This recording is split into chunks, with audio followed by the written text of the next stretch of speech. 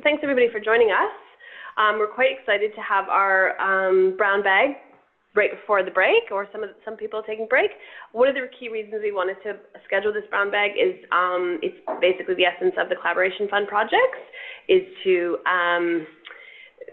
tap into the expertise and the capability across MSDI. So this is one of the steps that we wanted to take, not only to have a hard deadline for ourselves to have a bit of a presentation, but also just to really reach out to everyone in an informal brown bag style and ask for thoughts and feedback based on what we're about to present. So we really wanted to do that as part of our Collaboration Fund project. We are working, we've got Jim online and he's not presenting today. I'm sure he's happy about that, but obviously myself and Julie have been working on this particular project, and it's really investigating the fashion industry's appetite to invest in transitioning to a circular economy. And I'll hand it over to, yeah, Julie's going to do the first part. So these are the things we're going to quickly cover. We're going to, hopefully we want to have enough time for questions and comments because we're kind of testing a few things with you guys. That's the aim. So we're just going to quickly cover a few things of what we thought we were going to be looking at originally and how things have shifted and what our processes are today, bearing in mind that neither of us are official researchers. So this is our attempt at kind of muddling our way through what we think needs to happen. So you've got to click on the slide, yeah. I do. The framework for all of this comes from SDG 12. So SDG 12 is all about responsible production and consumption. And the idea behind that is doing more and better with less. So increasing net welfare gains from economic activities by reducing resource use, degradation and pollution, while still increasing quality of life. So this is all about how we need to shift away from economic models that value growth just for the sake of having growth. So economic growth by itself is not the answer here. It's all about respecting planetary boundaries and how can we continue to grow whilst at the same time making sure we're doing this in a responsible way. And SDG 12, consumption and production, tackles both sides of that. So it's about what we're consuming, but how we're producing what it is we're consuming. There are a number of, next slide. There are a number of particular targets that are set out in order to, like under the SDGs, so you know how you've got your 17 goals, 169 targets, and 232 indicators. So some of the targets for SDG 12, the ones that are highlighted in red there are the ones that we kind of think are the most important to what we're looking at.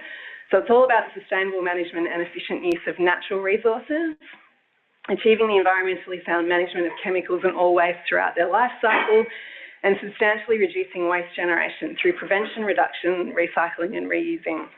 SDG 12 is the one that also deals with food waste, and it also looks at strengthening developing countries' ability to move towards more sustainable patterns of consumption and production.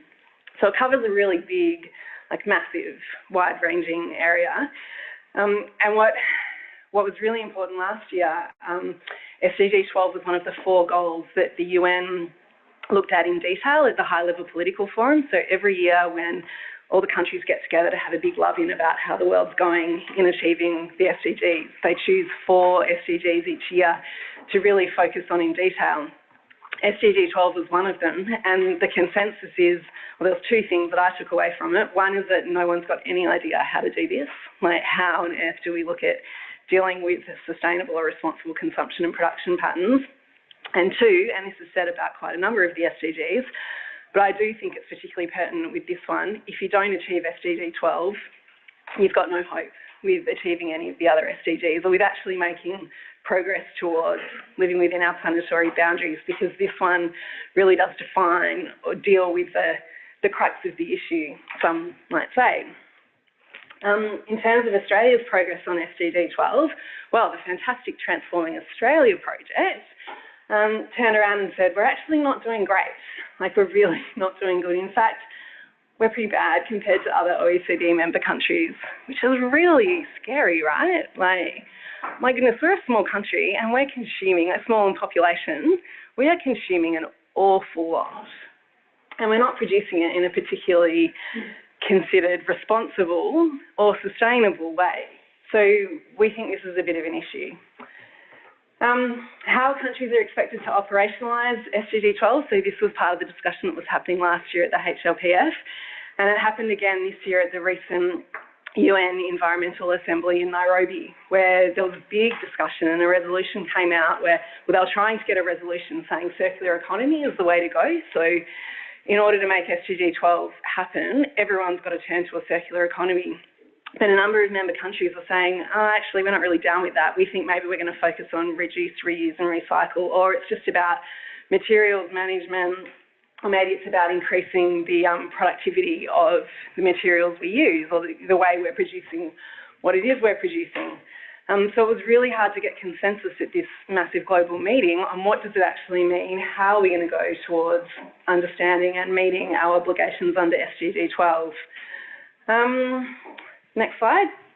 So what does all this mean? Why do Alicia and I care? What does SDG 12 have to do with what we're all wearing at the moment? It has a lot to do with what we're wearing. So less than 1% of materials used to produce clothing is recycled into new clothing. This is really scary, especially when you think that we're producing this statistic, the second statistic is I think 2 years old, and I think we're now producing more than 100 million garments every year. Within that first year of purchase, 33% of that is going straight to landfill. That's an astronomical amount, and that's getting worse. And we know that 10%, the apparel industry produces 10% of global carbon emissions and 20% of the global water waste. These are massive statistics, like massive. So we're just wasting all of this stuff. The next slide is a really, just kind of gives you a bit of a diagram of how it all works. So if you think that in your clothing, you're actually using plastic, cotton, other plastic coming from oil, all of this is virgin material, so brand new material. So if we're not reusing that material, we're just using more and more and more to produce more and more clothes, we're going to run out of everything. We actually don't have enough to continue to produce and consume at the rates of what we're currently producing and consuming. And the next slide, this one's super scary, I think. The amount of clothes that we're buying compared to the amount that we're keeping them in our cupboards for is drastically decreasing. So we know that we're buying more, but we're keeping them for less. So we're buying things, keeping them for, I don't know, 6 months and then tiring of them. Might not be our fault necessarily, because we're buying from places that, like, the clothing just doesn't last. You put it through the wash, something happens to it, it's not quite right. You go, oh, well, I'll go off and buy something else. So in that one goes to landfill. So if this cycle continues, we're putting ourselves in a really bad place. But with badness comes goodness, and there's opportunity. I'll ask you to quick slide. Yep. It's always good. Every time you present, you learn a little bit more about the technicalities. So if you're using Google Slides, you can't use a clicker, and you don't have a mirror. So I thought I'd stand up here. So we saw this as an opportunity, and there's a number of things that are attached to it. We'll come back to this example, but really there's an opportunity here because there's such a large structure of waste, and there's a system here that can actually change, and it hasn't changed for a very long time. In fact, it's pretty much been the same. We've got some really interesting inspiration from local Australian examples, but if you can go to the next slide. We know that we currently have a take-make-waste system, and it's massive, and we know that we've got considerable negative environmental, social, and economic impacts, but that there's a keen opportunity to be able to capture the current waste. So $500 billion US value is lost every year due to underutilization. So what Julie was talking about, whether that's us using it or actually just making these beautiful things and then not actually using them to their full extent of their life, and then not considering how we might change the end of life. So we know that even just in the lack of recycling, there's a huge opportunity. Next slide. And obviously, circular economy is one considerable solution or a framework. And when we think about that, we think about designing out waste. So you actually design clothing to never be wasted and to be 100% renewable, whether that's through regeneration in a biological format or a technical. So manufactured fibers, keeping products and materials in use for as long as possible, and then regenerating the natural systems. Kircher et al. Has done a review of the definitions of circular economy. Regenerate natural systems. Regenerating natural systems in circular economy, as far as textiles, would be to make sure that you can biodegrade a natural textile without contaminating soil, and being able to then re-fertilize a crop to then grow cotton again. So that's, when we look at textiles, we look at the biological stream and the technical stream, and one of the challenges we have is we're combining those in a poly-cotton blend, for example, at a mass amount. We have more poly-cotton blends in the world than any other combination of textiles.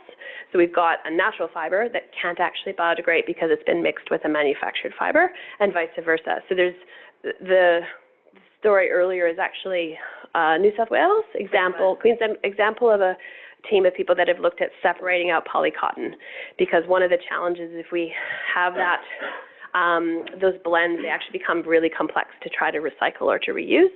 But if we can use less in our combined textiles, our waste regeneration is much easier. So organic cotton is a perfect example because it's grown with no badness in it, and then you can actually bury it in your soil and it will break down and then produce great soil that you can then grow more cotton. Mm-hmm. Yeah, and if you stitch seams with polyester, then you're left with this little outline of your T-shirt because you actually haven't thought about every step of the manufacturing process. So generally, that's a natural system, and it's a huge problem. The reason it's a huge problem is because we've actually just gone and overproduced polycotton blends, and ahead of the innovation to actually separate them out and use them effectively. Great question. So circular economy, Kircher et al., they've done a review of definitions of circular economy, and not surprising, their colleagues of Rob Rabin, and that's how we came across this article. It's actually a really, really robust definition, I think, and it helps us understand the complexity, but also some of the areas that we can focus on. So we want to think about replacing the end-of-life concept and obviously bringing everything around, and that has impacts across the whole development stage and design phase, as well as use. But we want to accomplish sustainable development, and we want to think about environmental quality, economic prosperity, and social equity. And in the fashion and textile industry, we know that all three of those areas are very deep. There's a lot of work to be done. Environmentally, it's massive, and obviously Julie's touched on that. The economic opportunities, there's apparently, it's said that there is 1 in 6 people on the globe that touch the textile industry as their way of work. That's how they actually sustain their families. So 1 in 6, if you think about if we can ratify this industry, it has a huge impact across the globe, not just in Australia. And also thinking about social equity, we've got deep issues in our supply chains, whether that's about slavery or whether that's about sexual harassment in the workplace. So there's some critical issues that come out in that in the equity SDG specifically that can be exemplified in the fashion and textile industry, but also there's inroads to making progress and actually affecting some change. And then just thinking about globally, this is not just in fashion, 4.5 trillion of new economic output. And of course, Australia is in a position to be able to be innovative and come up with solutions and sort of tap into some of that potential economic output. So specifically within fashion, there was a recent report that we also have this possibility the world economy could basically benefit 160 billion euros if the fashion industry were to address the environmental and social fallout of the current status quo. So we have a linear system that is causing havoc and has a massive footprint. And if we can make some changes, whether that's systemically in Australia and sort of catch up with the globe or lead the globe in these areas, we've got a huge opportunity. So specific to Australia, which is the scope of our project, is understanding sort of the groundswell and the timing of this. We know that consumers spend $28 billion a year on fashion. We know that there's a considerable number of people that are employed in the fashion industry, but we also know that we export a considerable amount of textiles. Obviously, think about our cotton production and our wool production as the two probably biggest streams. And we have a waste issue. We've identified as a nation that there is a waste issue, and fashion is one of the examples of it. And we're innovative. We've got renewal opportunities. We've got the supply chain transparency piece, which is coming in the form of the Modern Slavery Act. So if people are taking a look at their supply chains for social reasons, they can also take advantage of that for the environmental sort of impacts inventory. And if we're asking large organizations, not just fashion brands, to take a look at their supply chain, through legislation, then there's a huge benefit to that. So there's some particular levers that are actually making this project quite timely. And then we're also a little bit behind on chemical substance management compared to the EU. So thinking about our waste streams, we're actually importing quite a considerable amount of chemicals in our textiles that other areas in the globe refuse to import. And so we need to be cognizant of that and think about ways that we could probably catch up. And the EU is working on this quite extensively, and they've been working on it for a while. We're definitely behind there. So just a quick thought about what do we mean by sustainable fashion. We want to think about environmental improvements, social improvements, and then also sort of the economics. We still want to have this be a profitable entity, and culturally, how do we engage education, transparency, how do people feel good about what they're consuming, because we all, of course, still consume. We do wear clothes. We're not going to stop wearing clothes anytime soon, so it's about really understanding what's available. And we've got some really great innovation. I think I've got a sample there. So this is just a tactile example. This is the first year that there's been an ethical raw materials sourcing conference, and it was held at Sydney a couple of weeks ago. Really exciting because it gives manufacturing an option to say, what can I use instead of this stuff? I can use, Pinatex, which is a really great example because it's a pineapple waste, waste. Thank you. It's a byproduct of pineapple production. So it's a really good example. This picture here down in the right-hand corner, that's actually street garbage from a city, and they've made it into, they've used a number of plastics to make a new sole for a shoe. So there are lots of innovations happening, and it's happening at a pace that I haven't seen in my 25 years of observing, working, studying this industry, is we're getting some significant momentum. So sustainable fashion can be about ethics. It can be about aligning your values with what you're consuming. So it's similar to food, and it's important to sort of recognize what's the priority for you. So some people talk about ethical fashion, but sustainable fashion is sort of everything. It's social, economic, and environmental. This is just another example quickly. There's been a lot of work globally with the Ellen MacArthur Foundation in sort of identifying where the key levers are. This one's particularly about microfibers. So we know that if we radically improve recycling, if we increase clothing utilization, if we make effective use of resources, and if we phase out substances and microfibers, we will have an impact. The challenge is, how do we do that? How do brands actually do that? How do businesses start to work that way, and how do governments start to give guidance on how to do that? So we have that information, but it's actually activating it in the context. And of course, that's our Australia. So for project scope, our initial thoughts is we should develop a roadmap.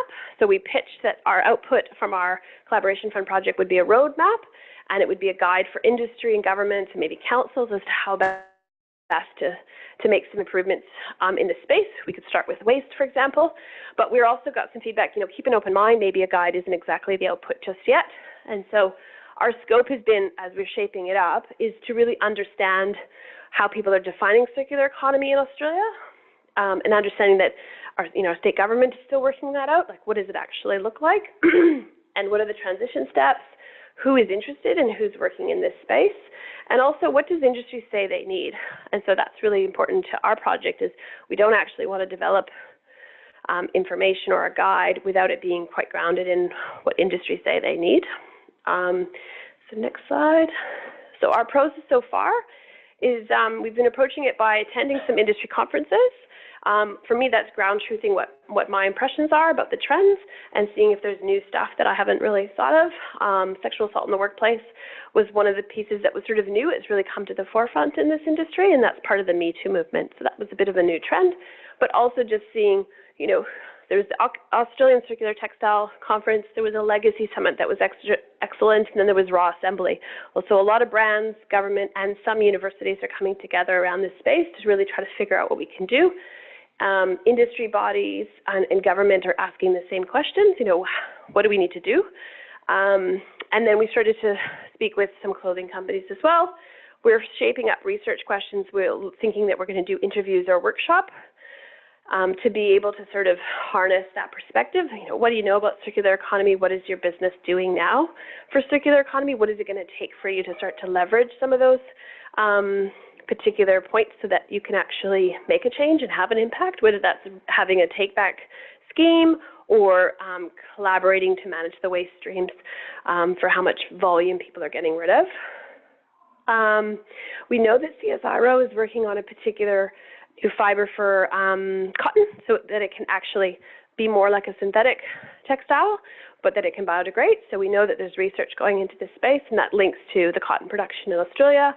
We know Deakin does some materials research in this space, and they're offering their skills and experience to brands to develop and innovate new materials in Australia for Australian brands. And RMIT is very interested in designing for circular economy. RMIT in the fashion space is known for design, so they are keen to kind of own that space. And we understand there's a project around Blueprint, or called Blueprint, that is really wanting to get some hard data about how much waste is textile waste in household waste across Australia. What we're linking to is obviously what works in waste. So we've been talking to Stefan, and I know that he presented, or somebody did again this Tuesday at the Cross Institute, but obviously we have Jim on our team, and we want to link in with what's already happening, and we're pretty excited about potentially being an example, because this is a significant waste stream. And then we've just met with DELP this morning, actually, in regards to their circular economy policy. They have a textile sort of stream. They have a person. They have one person on their whole economy, circular economy policy development, which will come out probably mid-year 2020, that is just looking at textiles, and that's fashion and industry. And so, of course, this brings us back to what's our role and how does the collaboration fund projects specifically fit in that. And again, it's why we want to have a chat with you today, and why we're thinking about what MSDI is really great at and how to activate some of that capacity towards this particular problem. So we see ourselves as, obviously not Julie and I, but the greater MSDI. We have expertise in systems thinking, transformational change, organizational change, behavior change. We know how to engage with industry, collaborate, educate. We are the trusted advisor. It depends on which topic we're talking about, but of course we lead in that area specifically around climate works. So whether that's policy reform or transitions, and we think it's very important to ask industry what is it going to take for them to be able to make the transition, and we think about our interdisciplinary approach and our collaborative partnerships. So far, we've learned that our approach and our positioning is actually quite accurate. There isn't anybody in the textile fashion space that's speaking the language that we're speaking, but there are others that are interested in collaborating in their particular backyard. For example, RMIT and Deakin, as well as DELP, just trying to bring that all together. So that's what we've done so far, and we do, of course, have some honed research questions that sort of under or support our bigger question of really what is it going to take. And we're keen and thrilled that you have given up some time to maybe give us some feedback about maybe what we're missing, or your thoughts and ideas, or if you have questions. And we've got 4 people on Zoom, so Amy's going to facilitate. Hal had to sign off, but she said welcome. Okay, great. So that's our presentation, and we have a few more slides if you're wondering what you can do right now, because of course Julie's got that great activate right now, what we can do as individuals. And we've also got an example of what New York's doing right now, but we'll come back to, yeah. So do you have impressions or thoughts? Questions? Super fascinating. What an area. Sorry. Yes, sorry. I was just a reflection that it's an incredible area to be looking at. Like I'm floored by those statistics. I did not expect that so much lands in landfill so quickly. 73%. Yeah, and it's getting worse because as the middle economies in the world are growing, there's more and more evidence that they're buying more and more and more and throwing out more and more and more. And why shouldn't they? Because that's what everyone else is doing or has had the opportunity to do. So it's scary how far it could go before we can rein it back in. Yeah, I mean, my stepdaughter certainly has a culture of buying at op shops, and all her and her friends do, but I suspect that's just their little nerdy posse. I don't think that's that whole age group. Sorry, just a reflection that it's exciting that you guys are looking at this area. So when you say you've been talking to people like Delp and Deakin, and has it been at the level of, well, if you were to get something off the ground, we'd be interested in taking part? Yeah, we're being very cautious because we know that we have a limited time, and it's a small seed project for the collaboration fund, and we've just talked about having an internal potential project, and we're just looking at doing some initial research. Jim is very helpful, of course, with his perspective and expertise about how to collaborate and do small research projects for industry, and so that's extremely helpful in trying to shape up a small initial investigation. So we're looking at nailing our research questions over the next week, and then putting in for ethics in case we do want to actually interview a number of brands. The Australian Fashion Council is a membership body, but it's quite strong. It's grown really well in the last few years, and then it's joined in with, the magazine and the upcoming designers. So Vogue is part of that whole group. So if Australian Fashion Council convenes a number of industry groups, and so in going with them or speaking with them, you're really talking to 30 big brands that include the David Jones, Country Road, Kmart, so the volume retailers, and they also convene a smaller group of sort of the Elk style, where they're quite I don't know if you guys know Elk, but I know but Elk is a sustainable brand, but they're also privately owned, and they have a number of stockists, but they're not Kmart, but they're also not an emerging designer, and so they've got another group that really, again, it's a chance for them to collaborate within their industry and learn together. And behind that, they've got, if they're willing to support one particular piece of research, but they've identified they do need some research, but they also don't want to be consulted without getting something for that. And that larger group is looking at waste first, and how to manage take back, because there's that pressure to be responsible as a producer and to own part of the problem as far as what you do when you're done with it. So we've just been able to confirm that those conversations exist, and we have access to that if we want to. And then Delp was quite keen, so we also have to figure out how that's going to work. So just coming back to sort of, I guess, now to Magic D-Day pitch, whatever, in July for a collaboration fund. I think there was a slide back somewhere where you're saying you're going to frame your research questions, you might do a workshop, you're going to ask industry. I'm just sort of trying to understand the order of those things. Are you kind of working out what you think research questions are for a small project or the big project?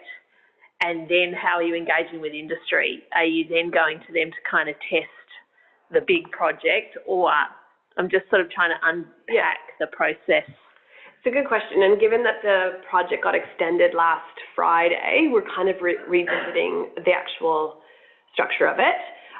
It is possible for us to interview a number of brands in the next few weeks and be able to then report back on it, but it would be sort of an exploratory small research project.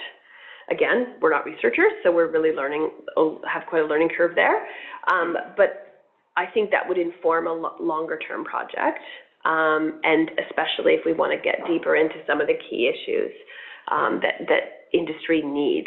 So it's a needs assessment almost at this point. I think because our first and our initial conversations have been along the lines of, is anyone even interested in this? Are you interested in this? What's happening in this space? Who are the players? So the initial chats we've had have been amazing, and that everyone's gone, oh my God, we're so interested. Like, this is awesome. This is exactly what we're looking for. Can you go away and just scope up a bit more what exactly you would research or what exactly it is you're proposing? But yes, we're very interested in this concept and this idea of what it is you're looking at. So we've taken that on board, and a number of conversations have been go away and to think about that a bit more and work out what it is you think the need is.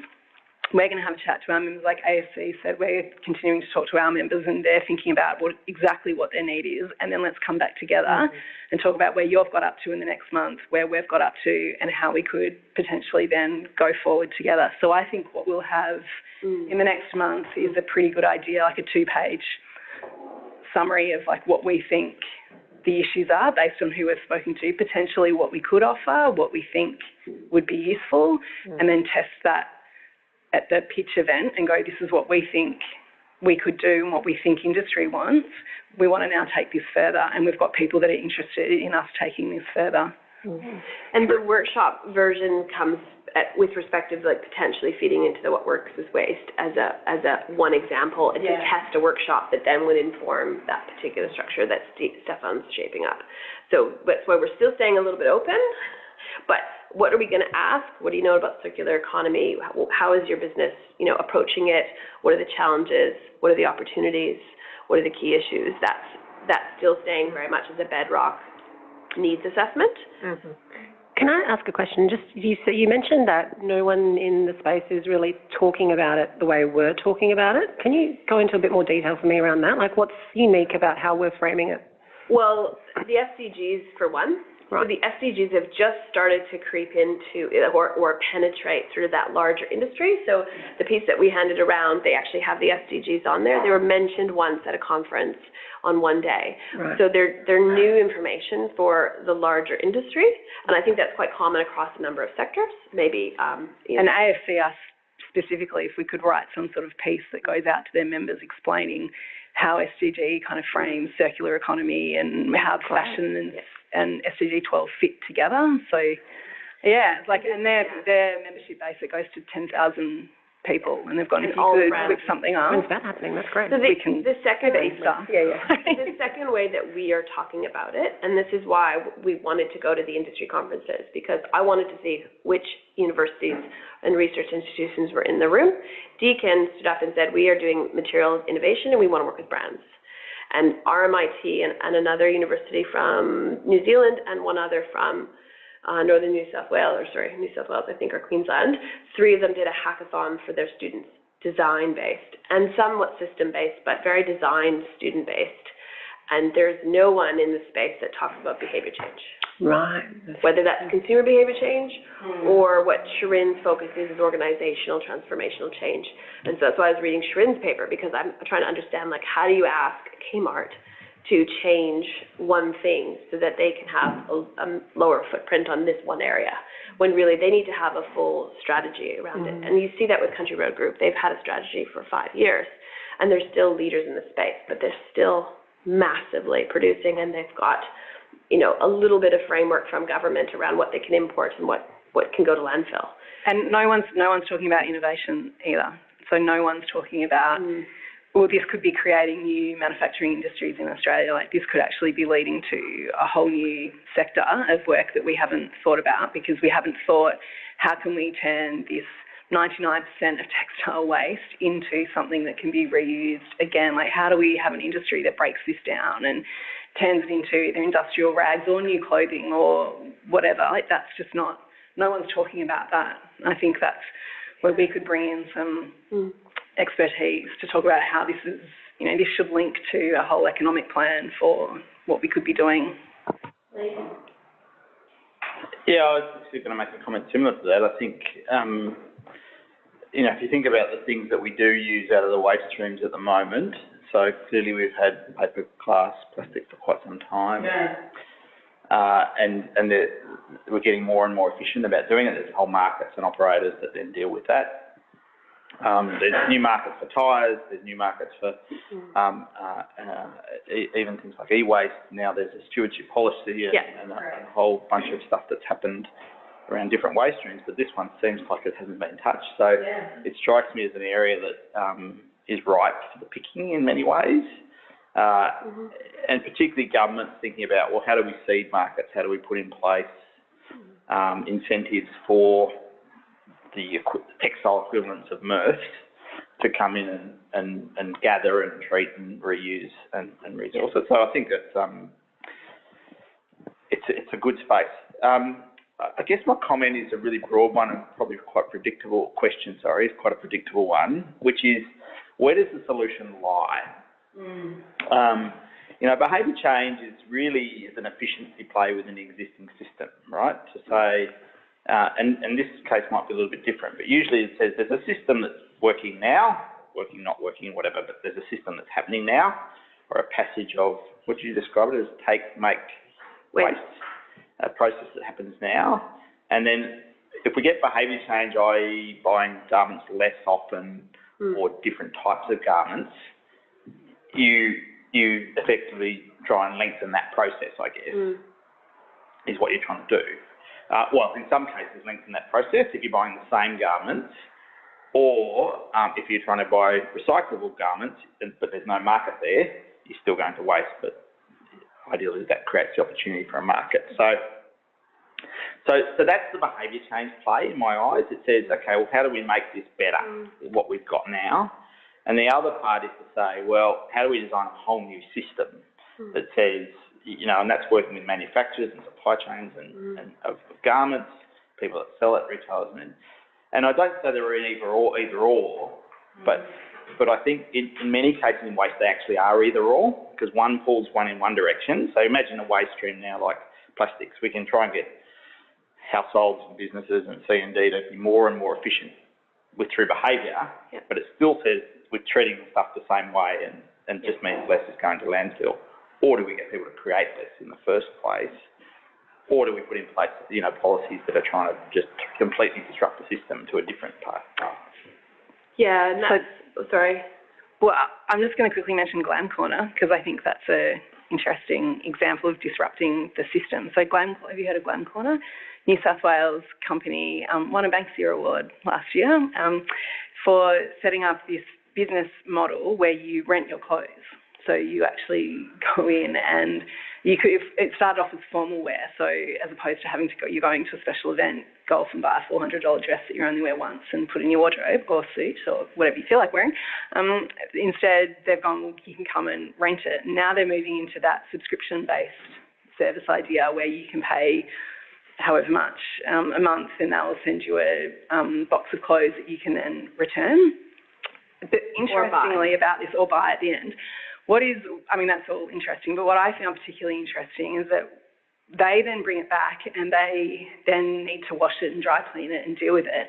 And what they're finding is that they need to buy only particular kinds of fabrics, because they need to have fabrics that are long lasting and that can go through the wash, because their fabrics are being worn, 30 or 50 times consistently, and they need to be of a high quality in order to go out and service the market that is demanding high quality if you're renting it.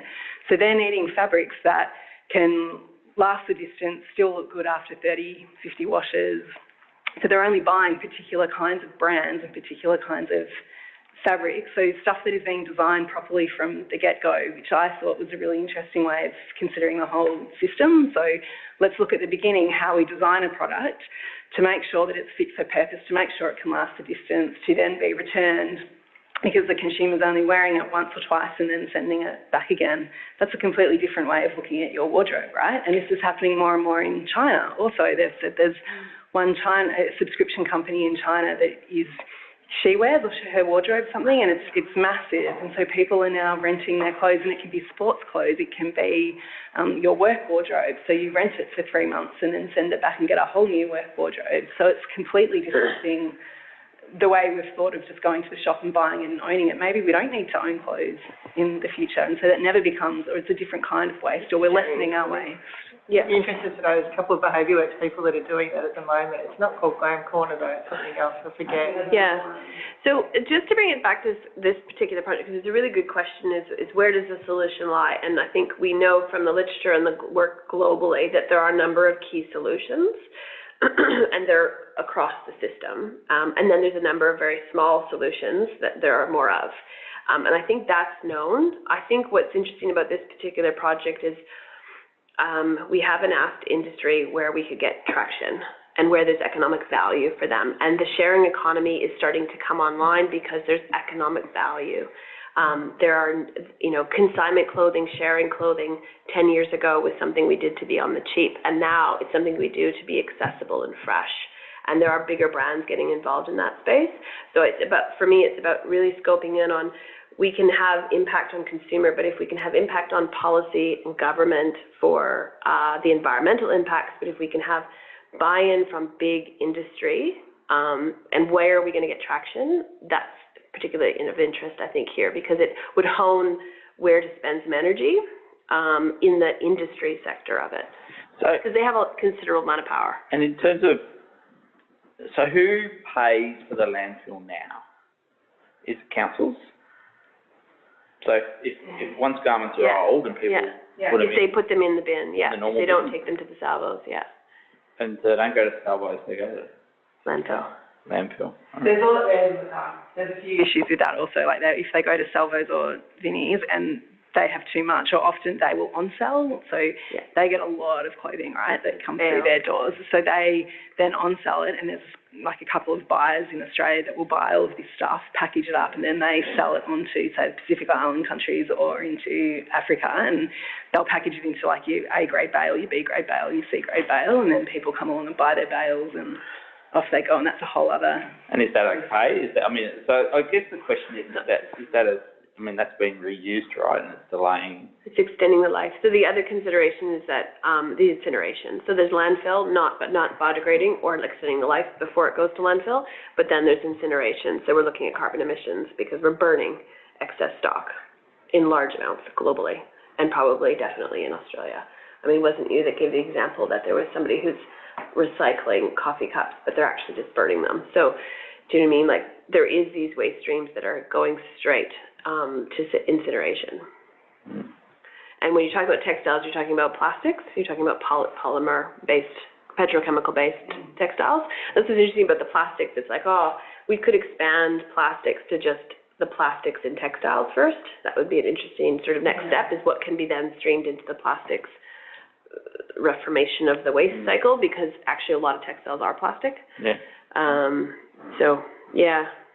So, I mean, I guess my only comment really would be, I think about system design, because there isn't so there's very little, at least from what you've told me and my understanding of it, is that there's little vested interest in status quo. There is some, of course, so Vinnie's and the charity sector will have some vested interest in status quo, and clearly you don't want to upset them.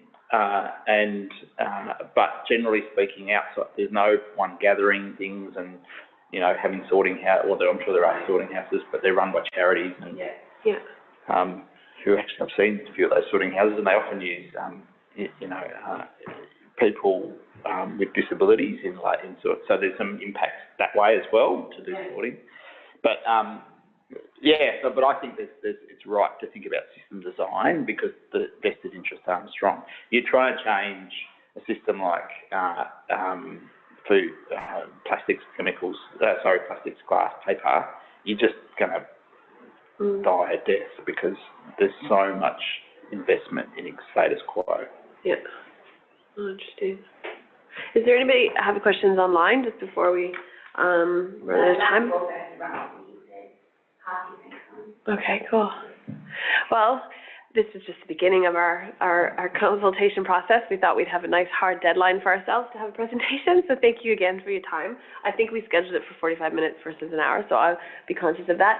We'll leave you, we'll circulate the slides, but we'll leave you with some choices. Fashion Revolution is very soon, and you can actually sort of ask your clothing brands yourself, who made your clothes. You just take a picture of your clothes inside out, without you in them or with you in them, it depends.